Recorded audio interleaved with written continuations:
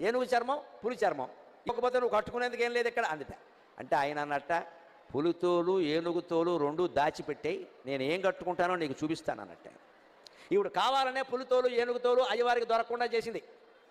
ఈవిడ స్నానం చేసి వచ్చింది కైలాస మానస సరోవరంలో. ఆ తువ్వాలు ఉంటుంది కదండి, అమ్మవారు తుడుచుకున్న తువ్వాలు, అది ఆరేసింది అక్కడ. ఆయన వెంటనే దాన్ని ధరించాట వస్త్రంగా. అమ్మవారు స్నానం చేసి తుడుచుకున్న తువ్వాలని శివుడు ధరించాడు. అదేమిటి అంటే ఇది అచ్చం పులితోలు ఏనుగుతోలు రెండు కలిపినట్టుగా ఉంది అన్నట్టు. ఎందుకని?